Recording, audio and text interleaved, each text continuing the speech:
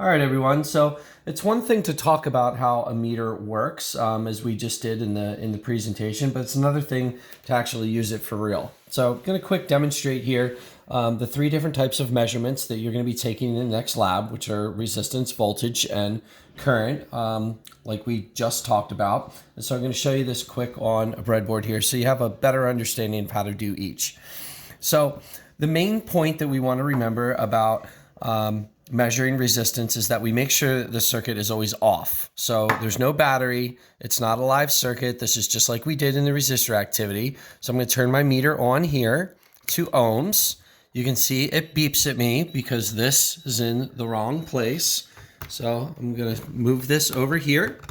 So the black always stays in common. We have this now in the ohms. Now I can just take my probes here and go on either side of the resistor. And you can see on the screen there that we're getting about 0.66K. I'm not sure why it's showing up that way. This should just read like 678 ohms. And that's what this resistor happens to be. So we would write that down. Now, if I want to get a voltage reading, the circuit actually has to be on. So I'm going to take my battery here and plug it in. Okay. And we got our circuit on, and we're going to turn this to voltage. Remember, as I mentioned in the lesson, the V with the wavy line is alternating voltage and not the one we want. We're not going to use this. We're using direct current. A battery is direct current or direct voltage. So we want it on the V with the straight line. So we're going to go over to there. You might notice some numbers on your screen. If you touch the two leads together, it'll kind of zero it out. But the minute you let go, they'll come back. It doesn't much matter. But if we come over here again on either side of the probes there, you can see on the screen, we got 6.5 volts. If I move over to the LED, I just go on either side of that. I'm getting 1.9 volts. And if I wanted to, I can even get the voltage off of my battery by just putting these on the top here. And you can see that my battery is about 8.5 volts. By the way, when your battery starts to get around 6 or below, it needs to be replaced. Some of these circuits won't work with that little of a voltage. So you can keep an eye on your 9 volt. Okay, now current is the one that always trips people up that they have a difficult time with. So I'm saving this one for last so that we really emphasize this. 9 times out of 10, we're going to be using milliamps. Unless the worksheet tells you that we're using micro, we will never use amps, as I mentioned in the lesson. So we're going to come over here to milli.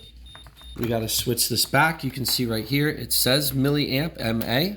So we got to put this there.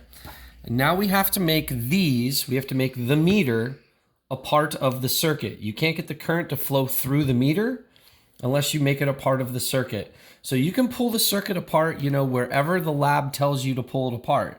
Maybe it says get the current between the resistor and the LED. So, okay, in that case, I'm going to pull one leg of the LED. I'm going to take this and touch here. And you can actually put your finger right on there. It's not going to hurt you. And you should see the circuit come back on. When you break it, it's off. But when you connect the meter, it becomes part of the circuit. And you can see on our screen there, we've got about 9.4 milliamps in this circuit. That was fun. The big mistake that many people make with reading current is they leave the circuit together and they just put this together here like they're reading voltage. And you can see the meter is giving me a number. It's saying 0.01 and they're going to write that down and I'm going to mark it wrong because that is not a correct current reading. So you have to pull it apart and make sure the current is flowing through the circuit. One little tip. If I don't tell you in the lab where to get the current reading, then it doesn't matter.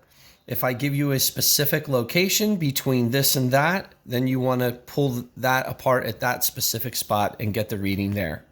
Okay, so hopefully that helps you. Resistance, voltage, current. Good luck.